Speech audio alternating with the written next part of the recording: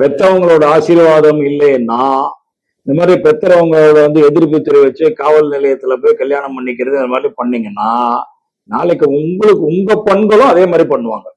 அந்த கர்மா அப்படிதான் தாக்கும். அது மிகப்பெரிய தவறு, செய்யக்கூடாது. பெத்தவங்களோட ஆசீர்வாதத்தில் தான் கல்யாணம் நடக்க வேண்டும். பெண்களை நீங்க அடிச்சீங்க அப்படின்னா வறுமை. எந்த வீட்டை பெண்கள் அடிபடுறாங்களோ அந்த வீட்டுல காசே தங்காது, லட்சுமி கடாட்சமே இருக்காது. இது மூணுமே, அதாவது உறவு விட்டுருங்க, பணம் இருந்தாதான் நிம்மதியா வயசான காலத்துல, இல்லைன்னா ஒண்ணும் பண்ண முடியாது. அப்போ பணமும் நிம்மதி, பணம் இருந்தாதான் நிம்மதியா வரும். அப்போ பணம் ரொம்ப முக்கியம் இந்த காலத்துக்கு. பெண்ணு தான் முதல்ல முக்கியம். பெண்ணோட கோபம் வம்சத்தையே அழிச்சிடும். 5-6 தலைமுறைக்கு தலையே எடுக்க கூடாது. டெஃபினட்டா, கண்டிப்பா. பெண்களை அடிப்பாங்க, அடிக்கிறது நல்லதா? மிகப்பெரிய தவறு. நீங்க பெண்களை நீங்க அடிச்சீங்க அப்படின்னா வறுமை.